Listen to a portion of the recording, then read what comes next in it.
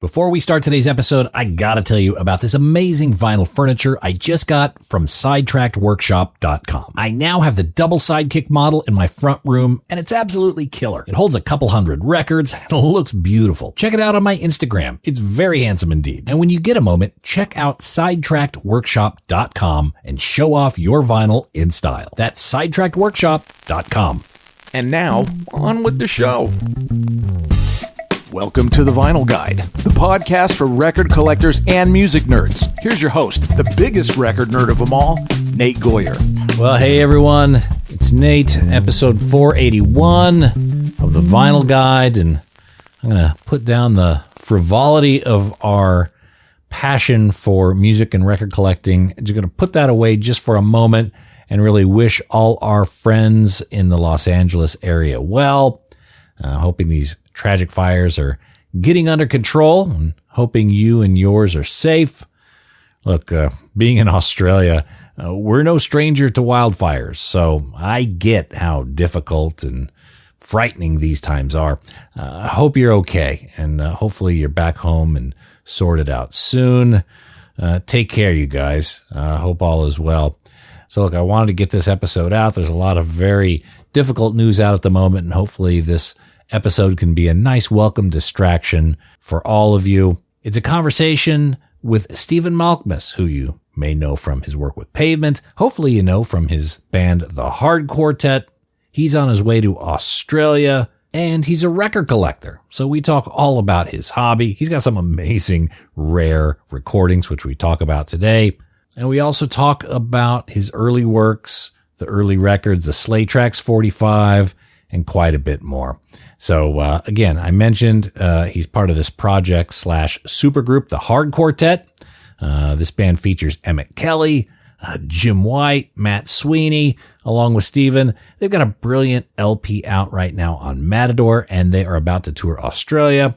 So if you're in Brisbane, Sydney, Perth, Melbourne, Castlemaine, or Adelaide, head over to thehardquartet.com or feelpresents.com to grab a ticket. This is such a great album. I mean, I've been listening to it over and over. So take some time, check out the Hard Quartet in your streaming service. Listen to the album and grab the vinyl from your local record shop, or hell, even grab it from the merch table while they're in town. And hey, if you enjoy this interview, please make sure to follow the Vinyl Guide podcast in your podcast app. Got lots of great conversations with other record collectors you may know. Mark Maron, record collector. He was on the podcast episode 400. Fred Armisen has been on. Eddie Kramer, who produced Hendrix and Led Zeppelin. Bill Stevenson of Descendants and Black Flag. We even had Mr. Rick Beato. We talked all about analog and artificial intelligence and the future of music. All these episodes are available anytime, free to enjoy. Just follow the Vinyl Guide in your podcast app. Scroll, listen, and enjoy.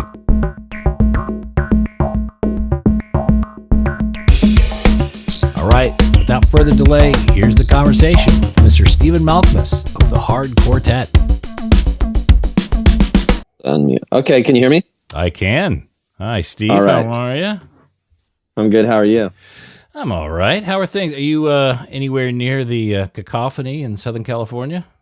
No, dude, but I got a lot of friends who are going through it, as they say, family members. Nobody's lost their house except one friend of my daughter's, so knock on wood. Okay. Yeah, I was wondering if Shangri-La was still there. Probably isn't. It is. It's okay. It's actually, really?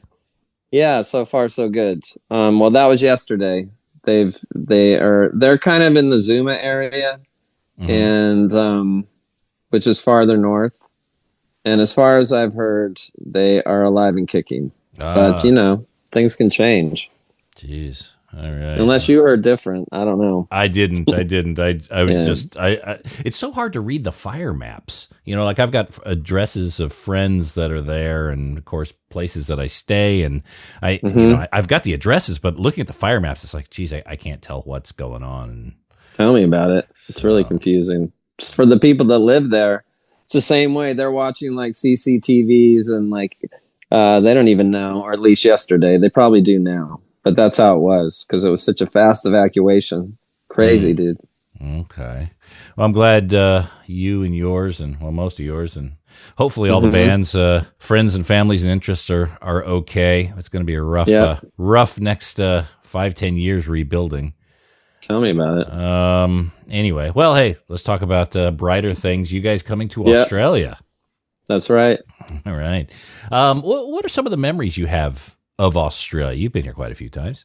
Quite a few times. Like there's basic ones, which is a lot of flying and and large hotel rooms, large kind of apartment living type like places we stayed, which is it's kind of unique. Good weather, lots of time to. Generally, the promoters and they make an effort to, show you around and make it a good hang, to maybe make up for that you're not like raking in cash or whatever too. You know what I mean? But it's beautiful and like good food and I don't know. It's all, especially in the winter here, it's nice to visit. And I don't know. I'm focusing on that side. The music is, good venues, good gear, good shows. Generally, people are into guitars. That's sick. So, are you taking any extra time while you're here? Or are you just kind of doing your gigs in and out? I'm coming a little bit early. I'm coming early to Melbourne to watch some tennis at the Australian Open. I'm into tennis, and so I'm coming like 3 days early and hanging with some friends, going there. Other than that, I don't think sometimes people do that, but I kind of got to get back for my family and boring stuff like that. But still, 3 days is cool. I get it. Yeah, you'll just be getting over the jet lag by the time it's time to turn around. So for those of you who don't know, Hard Quartet's coming to Australia: Brisbane, Sydney, Perth, Melbourne, Castlemaine, in Adelaide. Tickets and info at thehardquartet.com. Well, let me ask you, on your free time, Steve, are you still kind of shopping for records? Because a lot of what this podcast is about: records, rare records, collectibles. Do you still find yourself in record stores quite a bit? Around here in Chicago, we have some good ones. So I kind of haven't been buying as much. I bought some on Discogs a couple of days ago. I sort of sat out the pandemic overbuy, but I actually sold a lot of records because I moved recently. I sold, I would say, like 8 feet of records or something to a guy in Portland to sell. We still haven't really figured out what he's going to pay me, but I kept most of, the ones that have sentimental value. And that's funny when we were talking about the fire, like I did think about some records that I would want to take. It was like, we have photos, not as many as the other generations. A lot of things are on laptops. So like records and my music gear were kind of like first that I would pack in the van for the fire. I've started thinking about that, like, because I got quite a few records, and I've got I know where some of my most precious ones are, but they're not in one place. So if I had to, if I had to evacuate within minutes, I think I need to get myself a little. I need to get organized with that. Put them in a single place or in a single case that I can just grab and go. Yeah, you might want to think about that. I was just imagining where stuff was. I think I have my super private pressings and ultra rares like in one corner of one of these stupid IKEA record things I bought. So I think I could find it pretty fast, but maybe I should make sure. Yeah. I don't think they have fireproof record cases, but yeah. No. So that's true. So tell me about some of these rarities in that IKEA Calyx record case. What do you got there? Well, let's see. Like Dandelions, this private press from Utah. It's these like 2 girls that have it's in the territory of the Shags or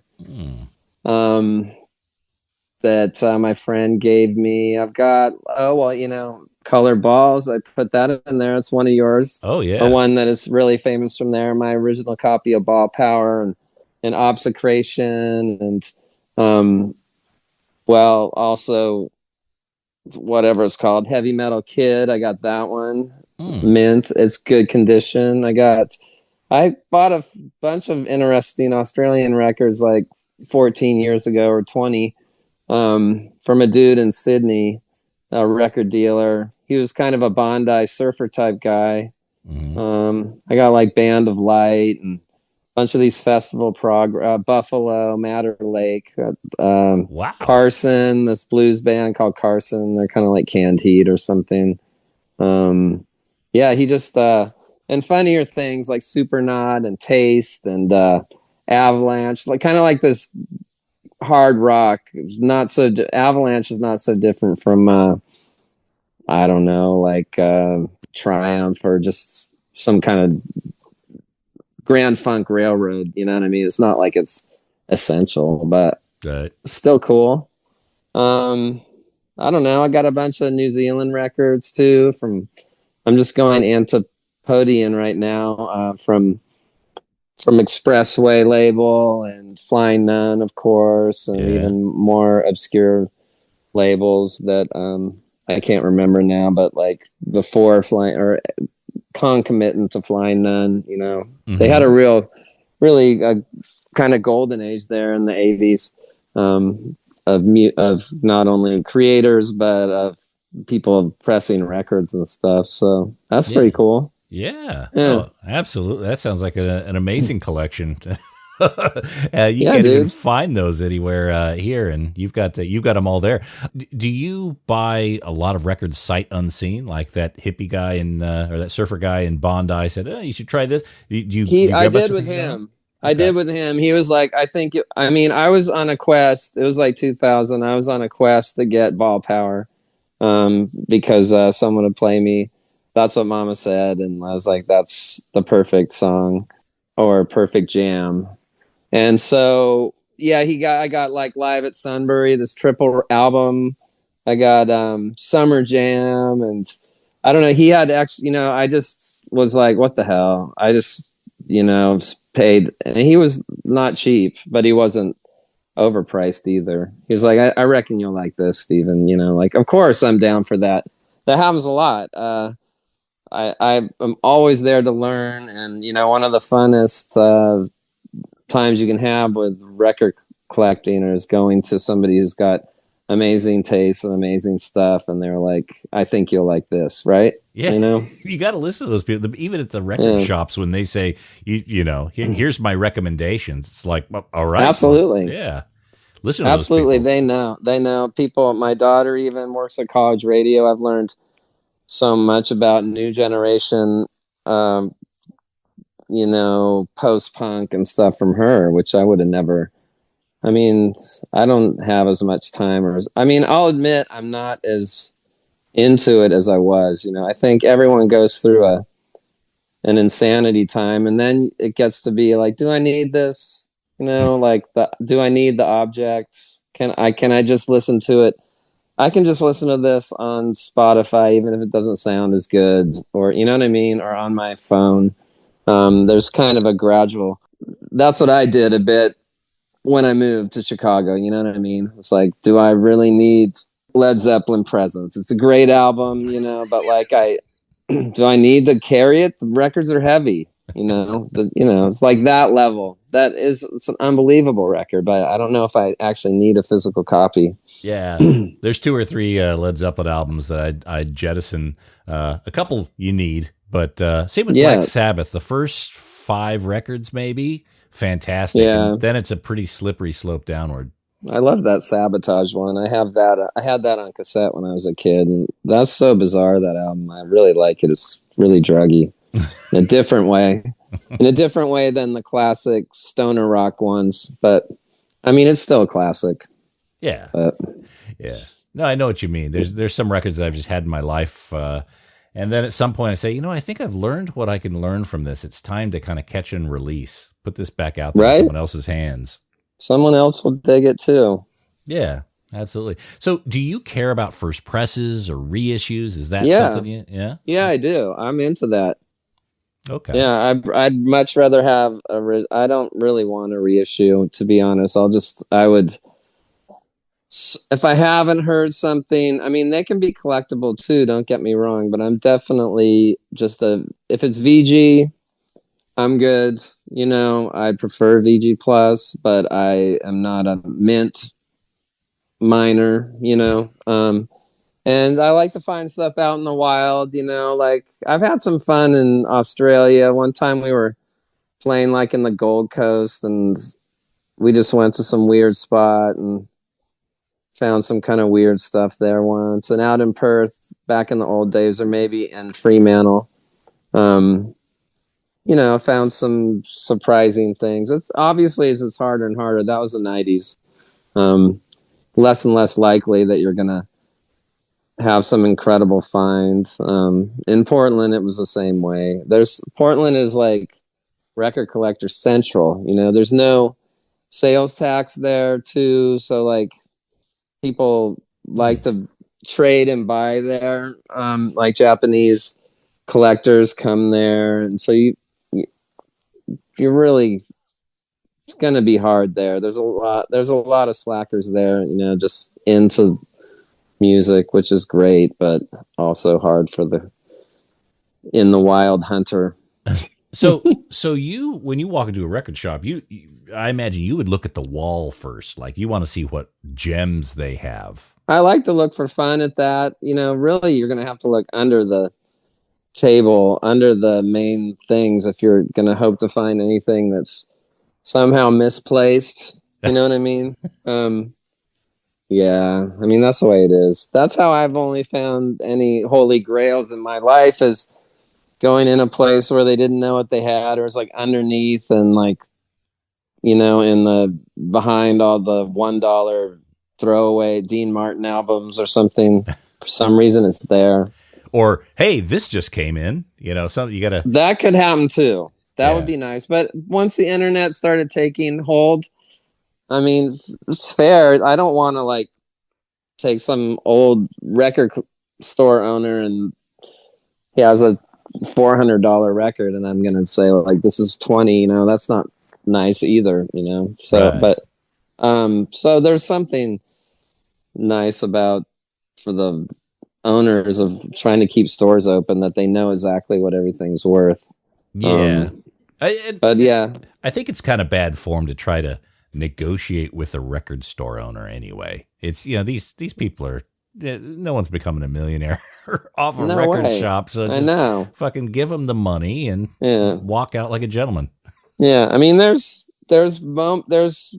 chance that you can be a tastemaker and actually discover something that no one else has and knows is good. That's kind of the ultimate frontier. You know what I mean? There's this guy Paul Major from Endless Boogie. He kind of did that in the 80s and 90s, and I'm always looking for that. But most of the genres for that, you're gonna really have to find.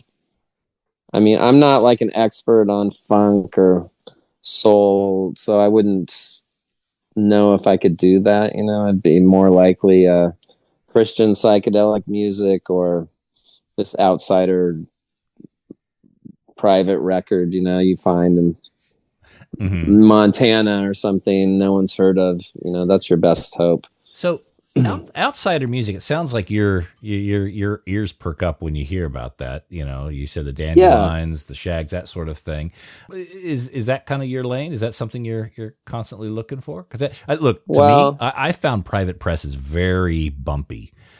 So I tend to kind of stay away unless I have a really good recommendation on those. I understand. You know, the vocals can be a hit or miss thing, and you know, that's sometimes you have to take some time with it. And then like really it takes a certain, you know, I there's bad ones, of course. There's really super amazing ones like Gary Higgins, Red Hash, for instance. I don't know if you ever heard that. That's officially a private pressing. I think Drag City Records reissued it, but that record sounds like it was made in a professional studio with like a smooth sounding, great musicians. You know, it just happens that it was released 300 copies or 500, and the guy went to prison or something. So, it's got a backstory like that, and it's called Red Hash, which is great. But so that is a thing that anyone would like, I think, but then there are ones like on the Shags side of things where it's gonna take, or there's plenty of them in the Christian thing, the singing, sometimes I'm listening, I'm like, wait, that singing is super annoying. What am I thinking? But in the end, it's just once you've tried everything and it's just something at the end of the frontier for me, I guess. You know what I mean? Like, I love the Beatles or whatever you do, I do, we all do, or just things that are expertly recorded and obviously, genius harmonies and, clever, and then there's things that are, on a 4-track and out of tune, but they create a vibe too. So, yeah. So it sounds like you've collected over the years, and you just said you described it. You sold 8 foot of records to someone in Portland. Yeah. So you don't do this every so often or do a cull infrequently. It's a big, massive move when that happens. Yeah. Yeah. We were moving, I had a big house and I just was, didn't want to carry it all. And it was coming, you know what I mean? It was like something that I needed to do. And there was a lot of crap, like don't tell him, but, or there's just impulse $5 buys, or they're not worth, I don't even, he'll go through them, the guy that I sold, and he'll know, and he'll check the condition, but you know what I mean? It was stuff I didn't want anyway.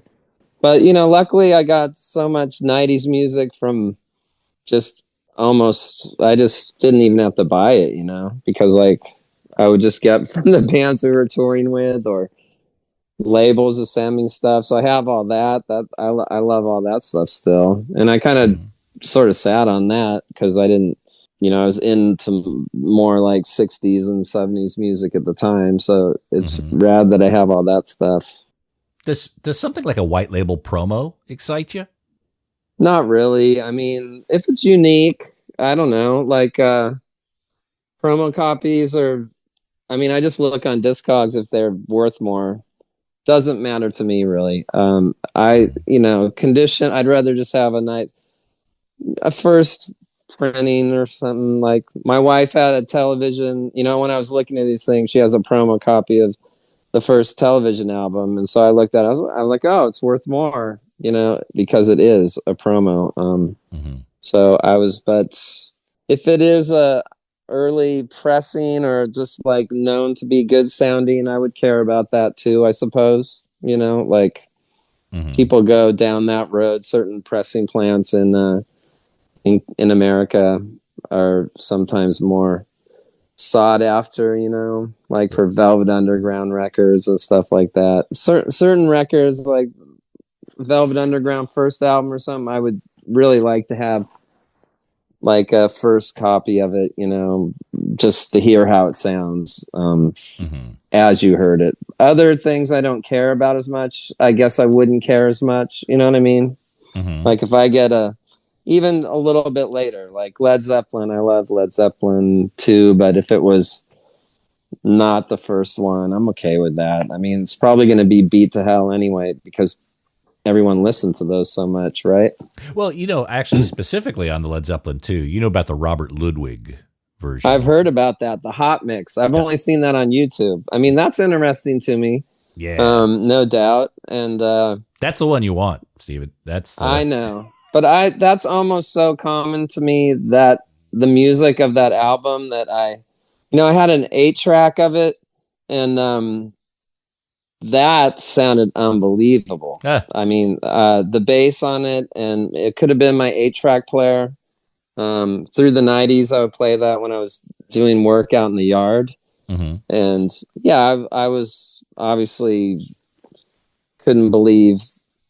I have moments with some of those songs again, but they're not quite as much in my DNA as Velvet Underground or something, where I'm like completely amazed by the not only the songs, but just the sound of it, like the sound of the first Velvet Underground album and the second one. The third one is amazing. I don't care about the sound as much, but there's something to me about those first two that really and Led Zeppelin doesn't really do that. It's so associated with my like stoner kids in my school, and with flares and wispy mustaches and shitty weed.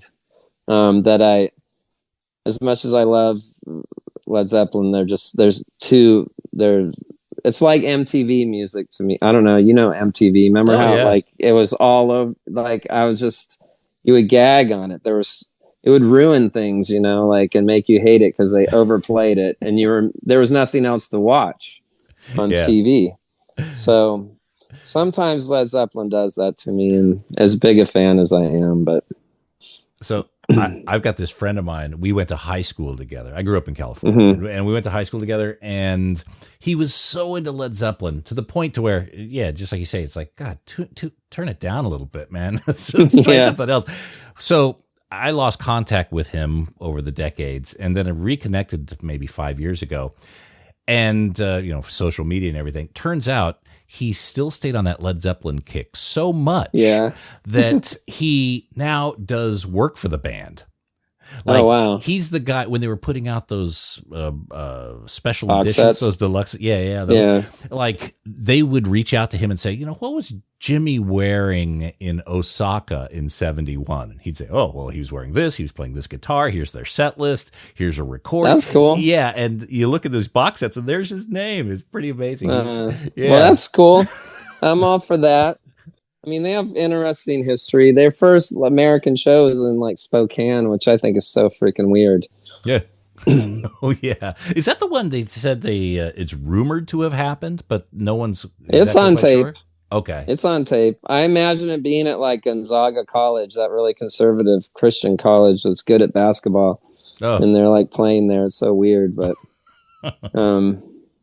I have some connection with that area. My parents live in Idaho and stuff, so bizarre. So do you collect mainly 12 inches, or do you have a lot of 7 inches? Yeah, okay. I do. I have a lot of them that I've bought, more like DIY punk and mostly hardcore, and I that stuff's cool. But I don't play them that often. I'm just lazy.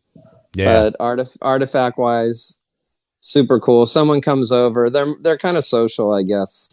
The idea is you get some beer and start ripping off some 7 inches, or if you were DJing, but I don't have as much time for that. So mostly 12-inch, almost exclusively. Now, when you were young, you lived in Los Angeles. What age did you move? You moved to Stockton, right? Yeah. Like when I was 8 or something like that. It's pretty young. Okay, so you weren't part of the LA punk scene. You didn't go to any shows, obviously. No, okay. No, but I was there for high school for a bit. But it was more like the germs and the decline and things we heard about. But the hardcore in Stockton was legit.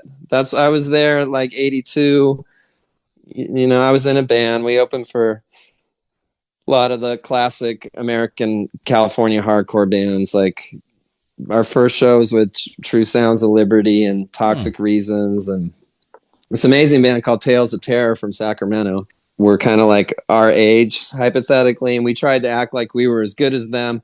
We were called the Straw Dogs, but they were just miles ahead of us. And so, we played with like Black Flag. We played with Code of Honor. We played with their San Francisco band. DOA, of course. Right.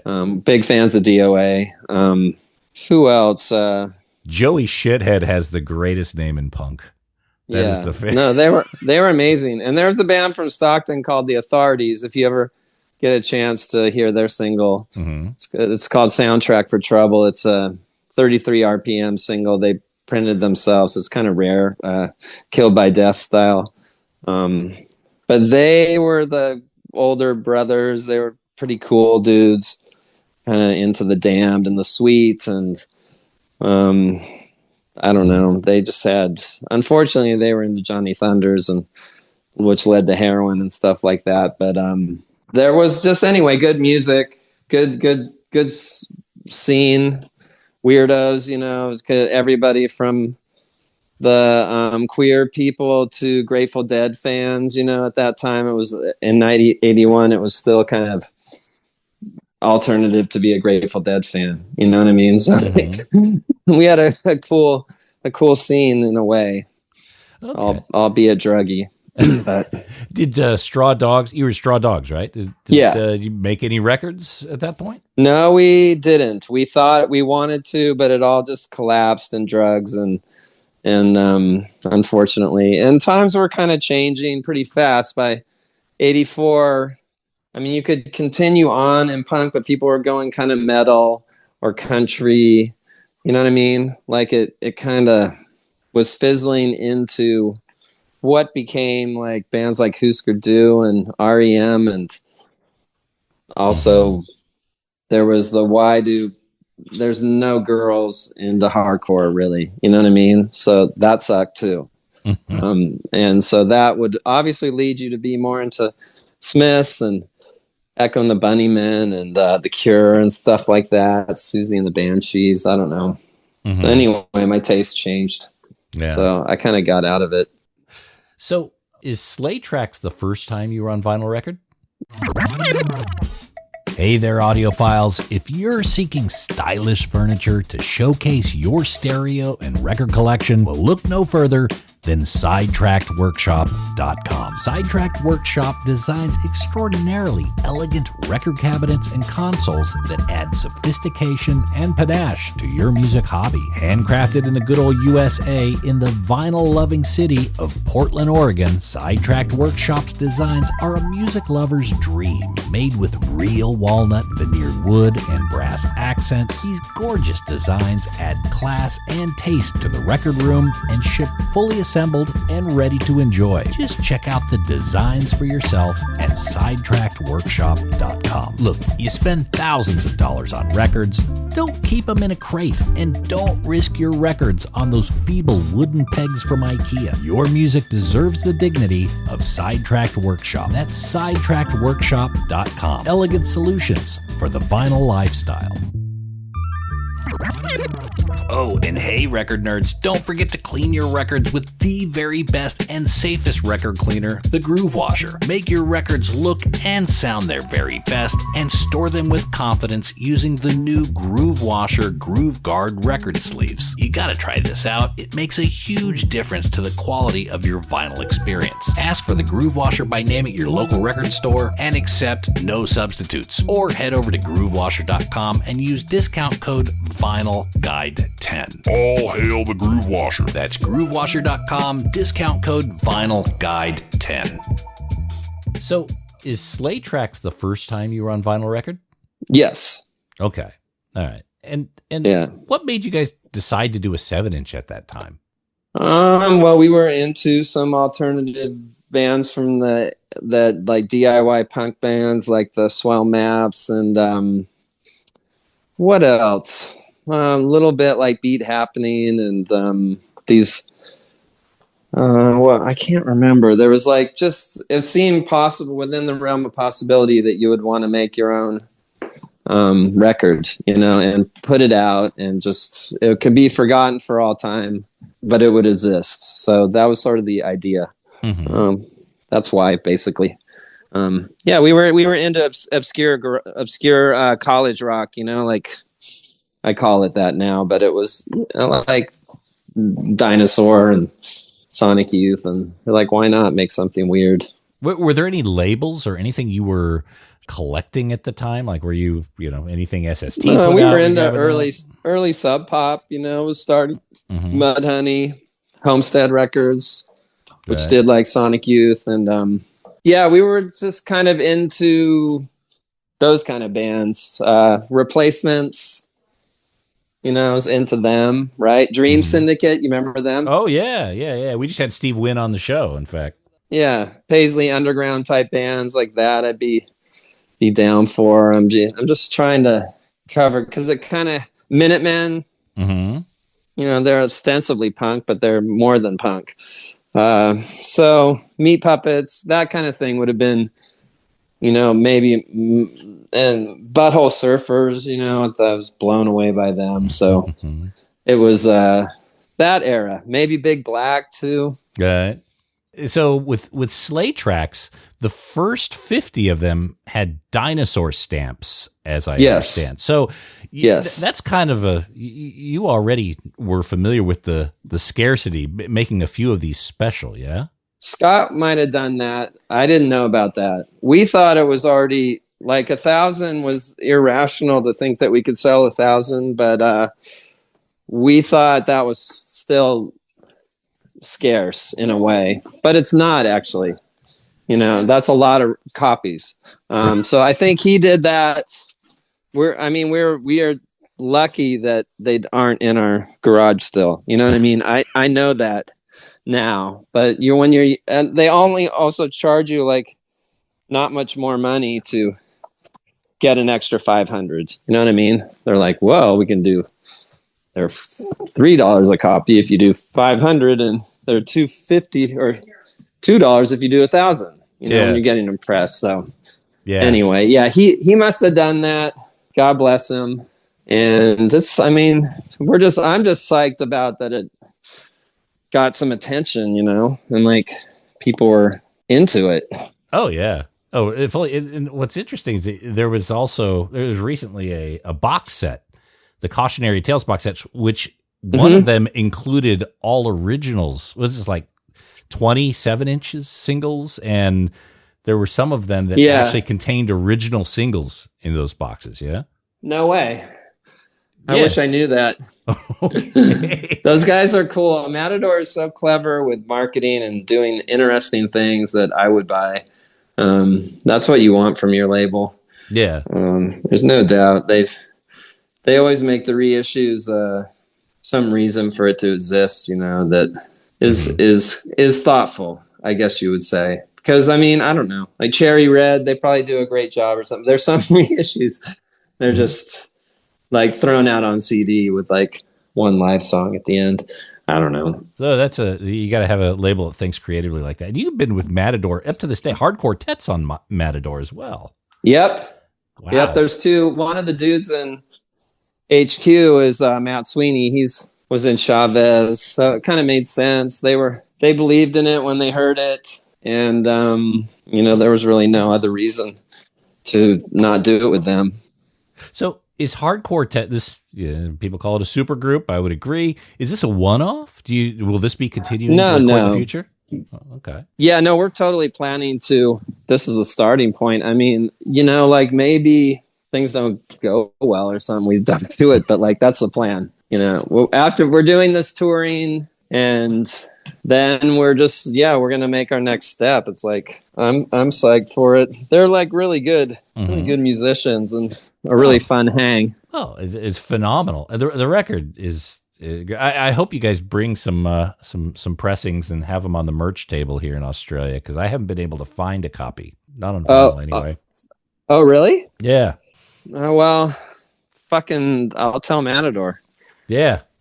Bring a box. Because this is definitely This is music that, and this is my interpretation. You can't make shipping MP3s across. You guys have to be in the same room doing this. Would I be reading? Absolutely. That right? No. Yeah, we didn't even do that. It was all just like created amongst the four of us in the place.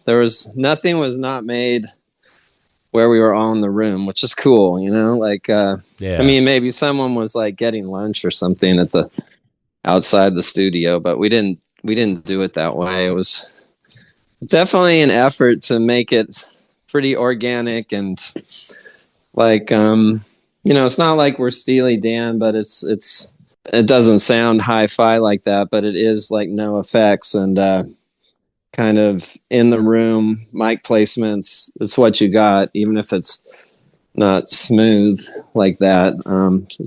We're not all plug-in insanity and one guy in his room tweaking it and cycle. That's That's kind of lame in this day and age. So we avoid that. What do they call perfection is the enemy of progress? You guys just, you captured the idea and put it there, and it's a great album. Now, I think so. I mean, things could always be a little better. That's how every record is, but it can also get worse if you're doing that. So, so I think we struck a good balance.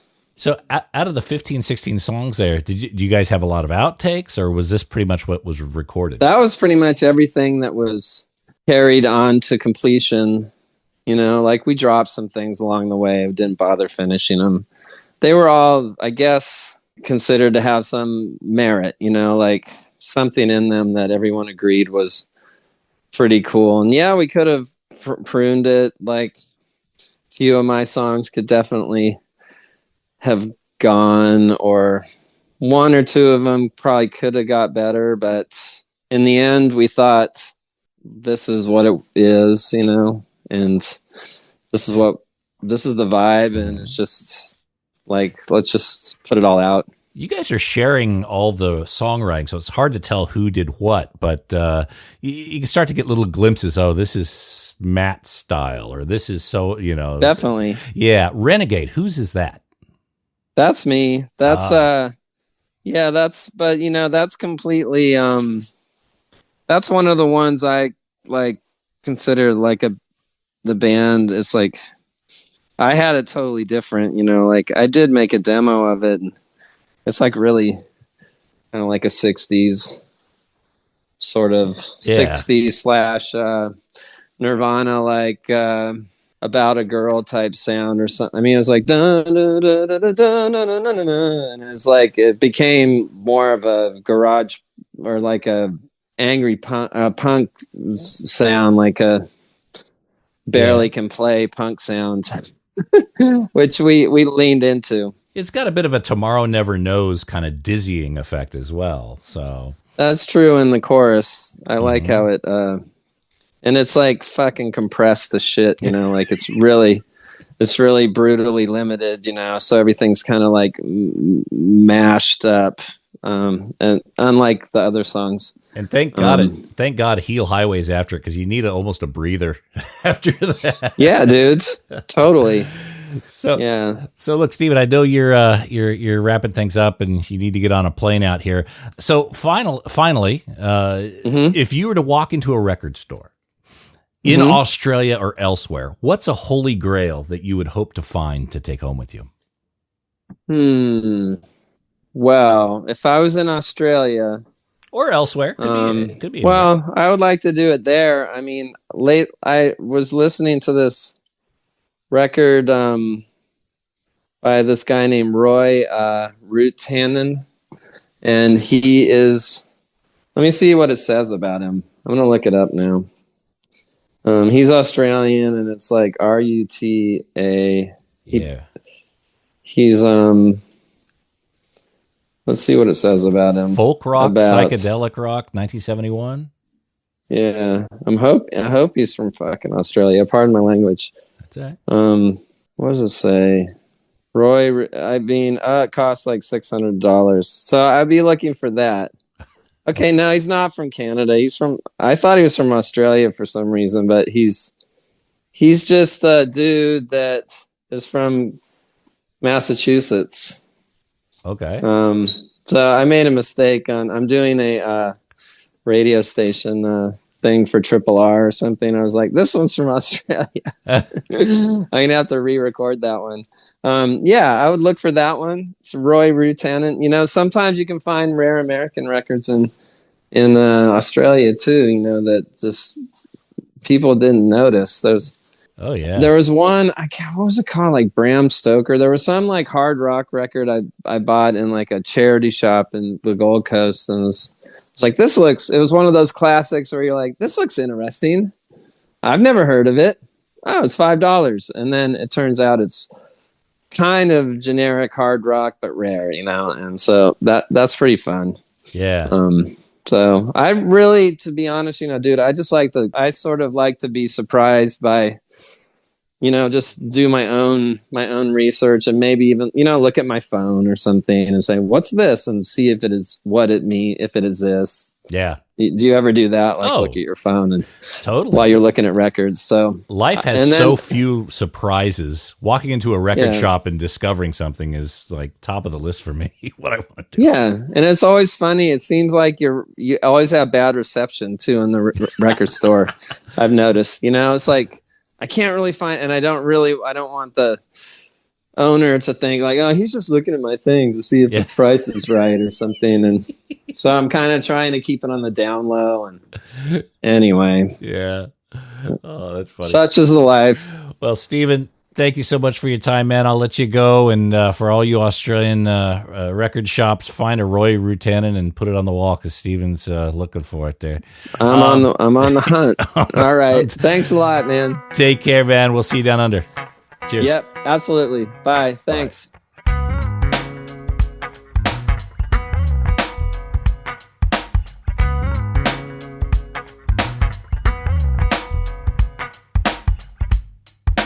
Oh, man, I got to tell you, that Hard Quartet album is killer. Again, listen to it in your streams. It's on YouTube, It's freely available.